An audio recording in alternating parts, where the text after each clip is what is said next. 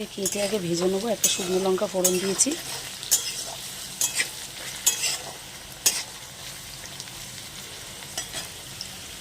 সামান্য আদা দিয়েছি, হলুদ গুঁড়ো দিয়েছি।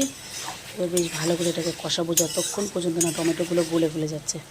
তো এবার এটা মোটামুটি একটু চাপা দিয়ে রাখি।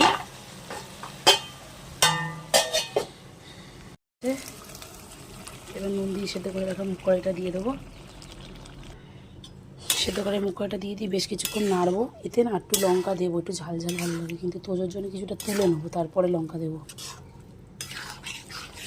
একদম লাস্টে একটু ঘি দেবো। এটা হোক, এটা সেদ্ধ করে মুগ কড়াই সেদ্ধ করে এমনি আলু দিয়ে খেতেও ভালো লাগে ঘি ছড়িয়ে, কিন্তু এখন না একটু মনে হচ্ছে যে একটু ঝাল ঝাল খাই, তাই একটু এরকমভাবে বানালাম। এটা রেডি হয়ে গেছে, এটা দারুণ লাগে। একটু ঘি দিয়ে দিয়েছি ওপরে।